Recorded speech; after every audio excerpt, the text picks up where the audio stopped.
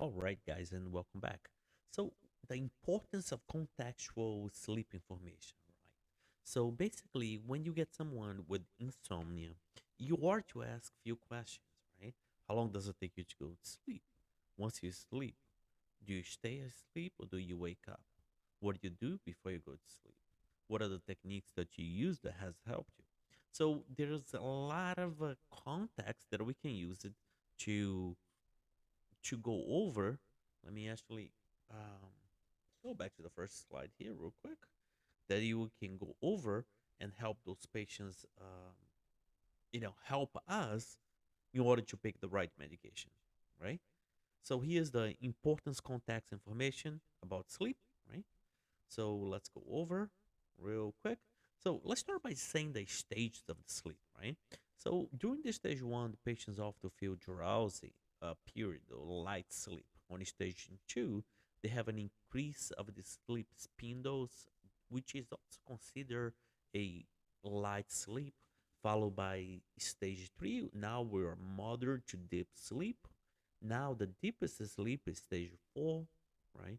That's when we have the slow wave sleep, followed by the REM sleep, which are vivid dreamings occurring. Remember, we have about 4 to 5 cycles of those, right, throughout the night.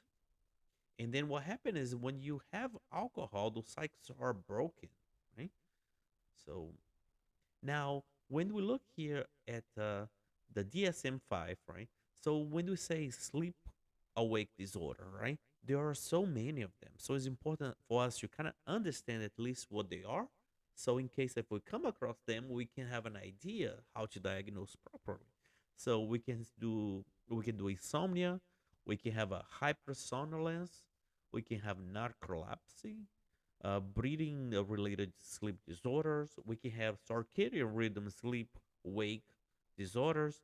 We have a parasomnia and others unspecified, specified, related disorders there.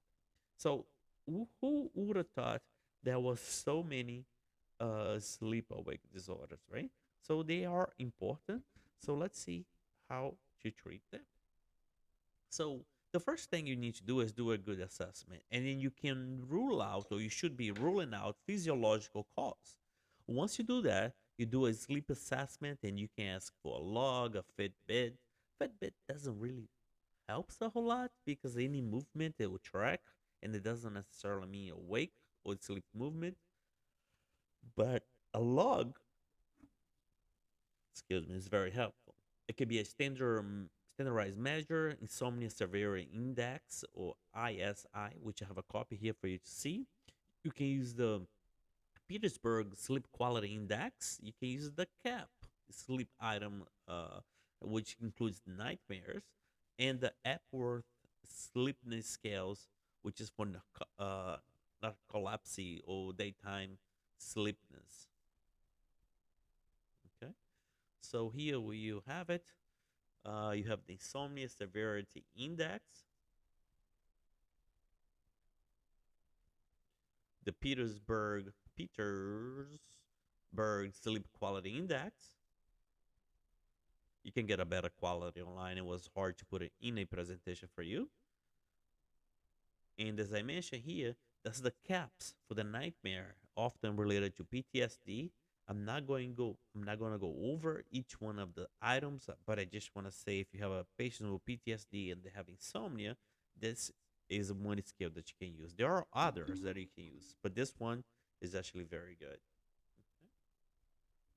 Now, this is the Epworth sleepiness scales. This one actually that I use more often because it really is looking how you doze off during the day, while sitting and reading, watching TV, and so forth.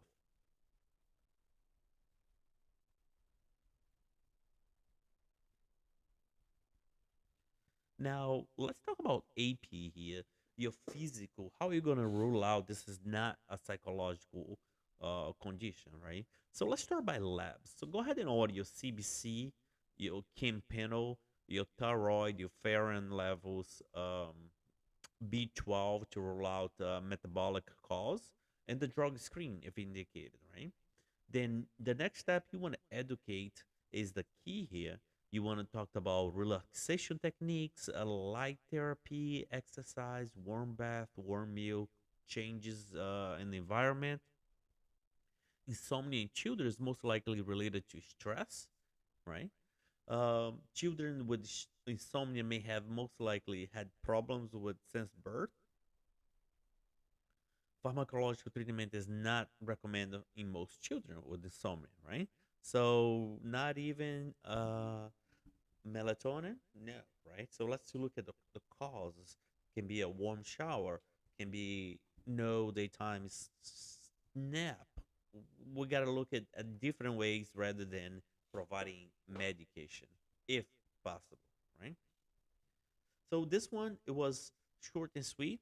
I just want to introduce a little bit of the labs, the scales, and the other possible conditions that may affect the sleep. Okay, so I'll see you on our next module. And who would have thought so many uh, disorders related to insomnia, right? It's not just insomnia per se, as we mentioned here. There are just so many of them, and would be nice if later you could pause this video and kind of look over the DSM-5, which is not the goal for this class, so you can better understand and diagnose those disorders if you should come across it. All right, my name is Dr. Lopez. I'll see you on our next training. Bye bye.